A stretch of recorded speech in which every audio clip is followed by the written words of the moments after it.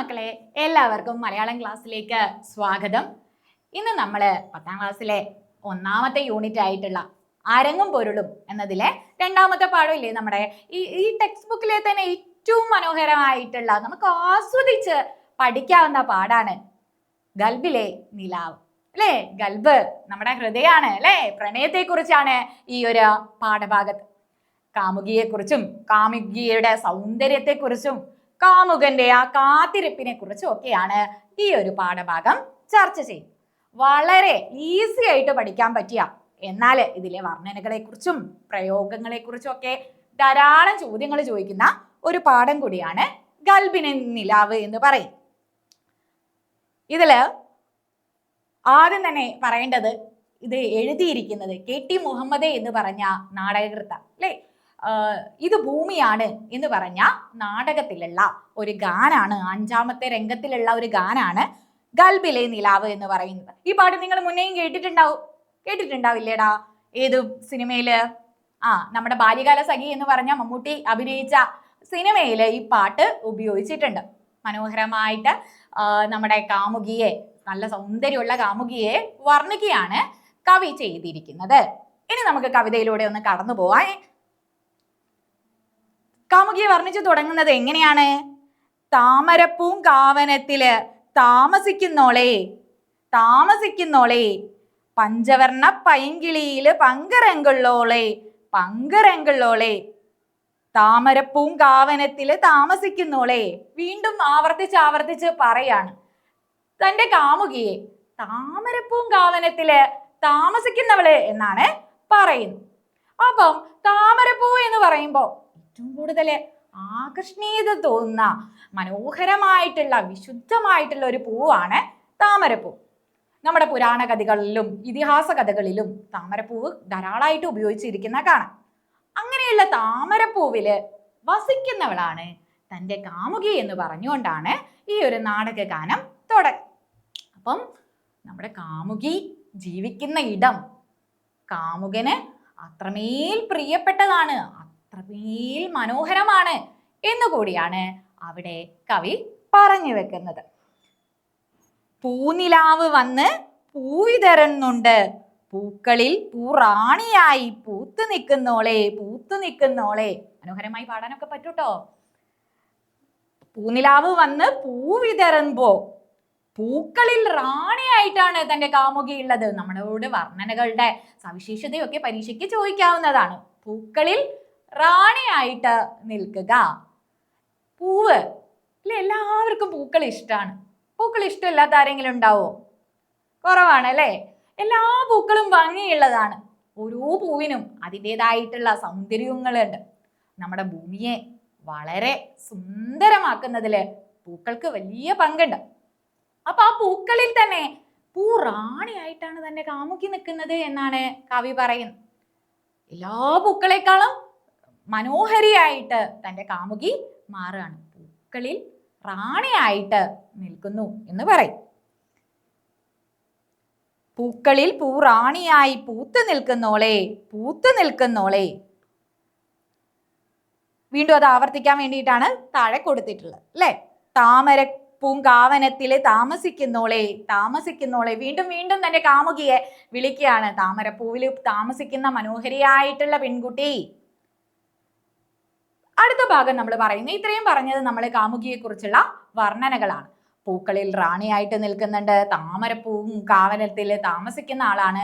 അടുത്തതായിട്ട് പറയുന്നത് കാത്തിരിപ്പിന്റെ ആ ഒരു തീക്ഷ്ണതയാണ്. കാമുകൻ തന്റെ കാമുകിയെ കാത്തിരിക്കുകയാണ്. അപ്പൊ കാത്തിരിപ്പിന്റെ ആ ഒരു തീക്ഷ്ണതയെ എങ്ങനെയാണ് കവിതയിൽ അവതരിപ്പിക്കുന്നത് എന്നാണ് അടുത്ത ഭാഗത്ത് പറയുന്നത്. കാത്തിരുന്ന് കാൽ തരിച്ചു പോയി കൺമണിയെ കാണുവാനായി കൺ കൊതിച്ചു പോയി. നോക്ക്, നമ്മള് ഒരാളെ കുറേ നേരം കാത്തിരിക്കണമെങ്കിൽ നമുക്ക് അയാളുടെ അത്രമേല് ഇഷ്ടം ഉണ്ടാവണം അല്ലേ. ഇവിടെ കവി കാത്തിരുന്ന് എന്ന് പറയുമ്പോൾ കാത്തിരിപ്പ് ഒറ്റ വട്ടമല്ല പറഞ്ഞ്, 2 വട്ടം പറഞ്ഞു. അപ്പൊ കാത്തിരിക്കുന്നതിൻ്റെ ആ ഒരു ആ കാമുകനുണ്ടാവുന്ന ആ ഒരു ഫീലിങ്സിനെ അല്ലേ, വികാരത്തെ കുറെ കൂടി നന്നായിട്ട് അവതരിപ്പിക്കുകയാണ് ചെയ്യുന്നത്. കാത്തിരുന്ന് കാത്തിരുന്ന് കാൽ ധരിച്ചു പോയി. കുറെ നേരമായി കാത്തിരിക്കുന്നു. ആ ഒരു കാത്തിരിപ്പിന്റെ ദൈർഘ്യത്തെ കുറിച്ച് പറയാണ്. കാൽ ധരിച്ചു പോയി. എന്നിട്ടോ കൺമണിയെ കാണുവാനായി, തന്റെ പ്രിയപ്പെട്ടവളെ കാണുവാനായിട്ട് കൺ കൊതിച്ചു കൊതിച്ചു പോവാണ്. കണ്ണുകളാൽ കൽബുകളിൽ കല്ലെറിയുന്നോളെ കല്ലെറിയുന്നോളെ. അടുത്തത് പറയുന്നത് എന്താണ്? കാമുകിയുടെ ആ ഒരു നോട്ടത്തെ കുറിച്ച്.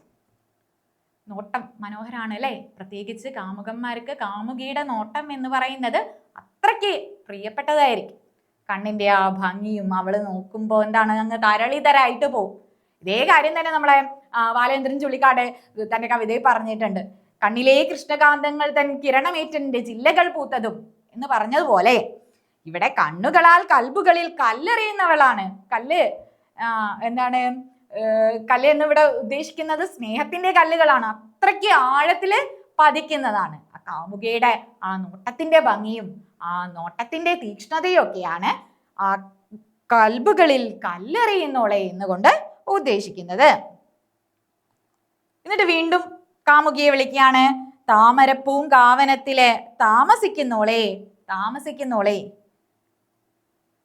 അന്നൊരു നാൾ അമ്പിളിമാൻ വമ്പനായി വന്നു വമ്പനായി വന്നു. വന്നു നിന്നെ കണ്ടതോടെ അമ്പരന്ന് നിന്ന്. അന്നൊരു നാൾ അമ്പിളിമാൻ വമ്പനമായി നിന്നു എന്ന് പറയുമ്പോ പൂനിലാവിൽ കുളിച്ചു നിൽക്കുന്ന ചന്ദ്രനെ കാണാൻ നല്ല ഭംഗിയാണ്. കണ്ടിട്ടുണ്ടോ എപ്പോഴെങ്കിലും? അല്ലേ? കുറവായിരിക്കും. അപ്പം ഇനി കാണണം കേട്ടോ. അപ്പം പൂനിലാവിൽ കുളിച്ചു നിൽക്കുന്ന ചന്ദ്രനെ നല്ല ഭംഗിയാണ് കാണാൻ. ആ ചന്ദ്രൻ വമ്പനായി നിന്നപ്പോ അതിന്റെ പ്രൗഢിയും സൗന്ദര്യവും ഒക്കെ എന്താണ്, അതിനേക്കാൾ വെല്ലുന്ന തരത്തിൽ തന്റെ കാമുകി അവിടെ നിൽക്കുന്നുണ്ട് എന്നാണ് കവി പറയും. വന്നു നിന്നെ കണ്ടതോടെ അമ്പരന്ന് നിന്ന്.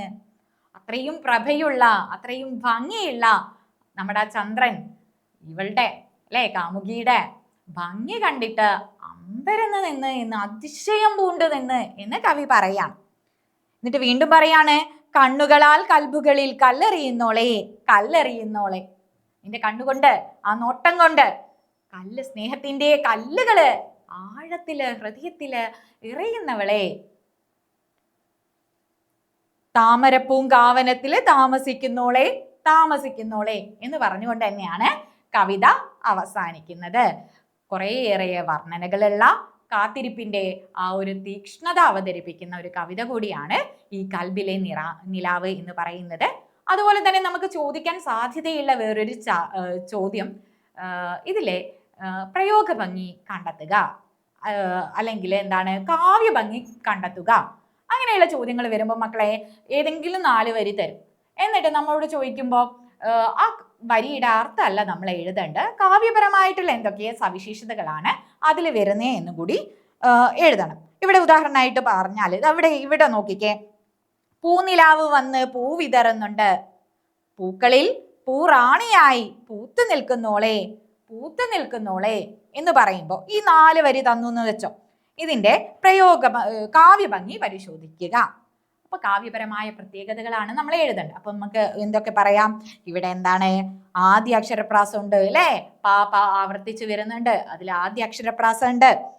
പിന്നെ ഏതാ? പൂത്തു നിൽക്കുന്നോളെ 2 പ്രാവശ്യം ഒരേ വാക്ക് തന്നെ ആവർത്തിച്ച് വരികയാണ് ചെയ്യുന്നത്. അങ്ങനെയുള്ള കാര്യങ്ങളാണ്. ആ പ്രാസം ഉണ്ടെങ്കിൽ അങ്ങനെ ആദ്യാക്ഷരപ്രാസം, ദ്വിതീയാക്ഷരപ്രാസം, അന്ത്യാക്ഷരപ്രാസം ഇതേതെങ്കിലും ഉണ്ടെങ്കിൽ എഴുതാൻ നമുക്ക്. അതുപോലെ തന്നെ വാക്കുകള്, അക്ഷരങ്ങള് ഇതൊക്കെ ആവർത്തിച്ച് വരുന്നതും നമുക്ക് കാവ്യഭംഗിയിൽ എഴുതാൻ വേണ്ടി കഴിയും. അപ്പൊ ഇത്രയും കാര്യമാണ് നമ്മൾ കൽബിലെ നിലാവ് എന്ന് പറഞ്ഞ ഒരു പാഠത്തില് നോക്കേണ്ടത്. മനോഹരമായിട്ടുള്ള ഒരു പാഠം കൂടിയാണിത്. എല്ലാവരും നന്നായിട്ട് ഒന്ന് പഠിച്ചിട്ട് പോവാം.